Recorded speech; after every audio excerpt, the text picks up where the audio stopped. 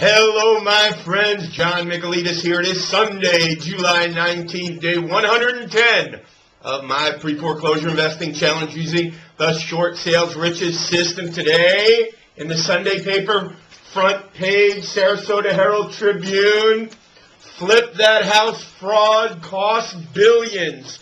Front page, two-page spread inside.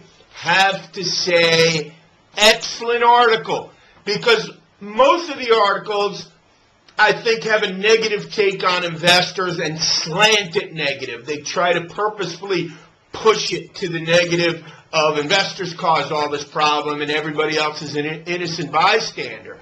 And this really made a good point to show that the bankers were the primary culprits, and because of the bankers' greed and laxness in underwriting standards, everyone else was afforded the opportunity to be a crook. Were you so inclined to be a crook? Hey, mind you, I was around throughout the 2000s. How come I didn't turn into a crook? There's many people that didn't turn into a crook, but, you know, there are enough crooks out there that now there's a broad brush. Gee, if you're an investor, you must be a crook. Let me read something, though. Excellent stuff.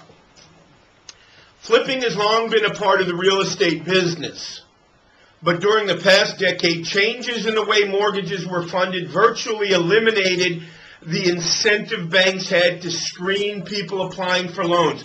Mortgages were transformed into a commodity that could be sliced up, then bought and sold on Wall Street.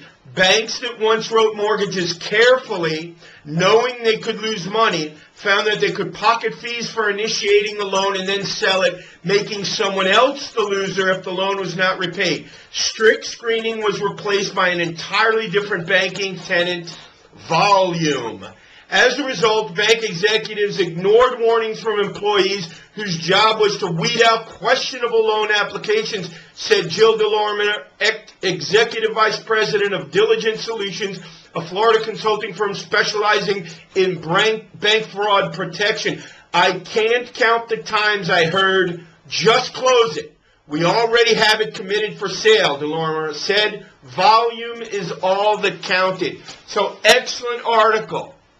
Now, one of the things that anyone who's intelligent that reads that article will understand that the way myself and anyone that's truly following the short sales riches system, because I've come across some folks that bought the short sales riches system, picked things out of it, but then doing their own thing on other aspects that make it a little shady. So if you're following the system, here's what happens. Two separate transactions with full disclosure to everyone.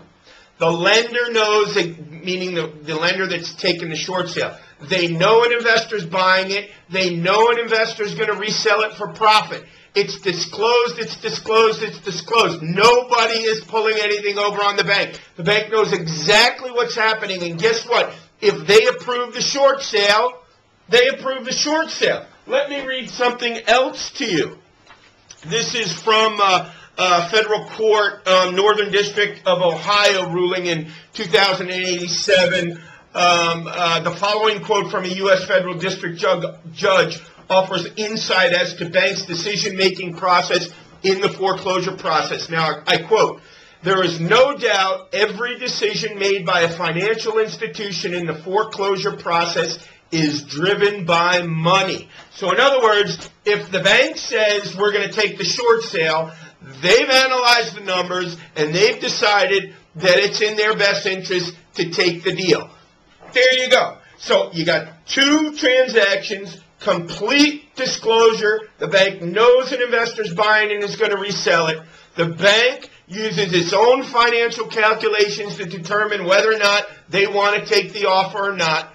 We close on the property. We take the deed to the property. We use our own funds on the A to B transaction. On the resale to the end buyer, there's no mixing of monies. Completely separate closing, completely separate HUD-1, completely separate deal. So there is a right way to do pre-foreclosure investor buyouts, the way I'm doing it, with the utmost of ethics and honesty and disclosure to everyone. And then there are shady ways. So just please do not paint everyone doing short sale investing with the same broad brush mentality. There are lots of good ones. There are some bad ones.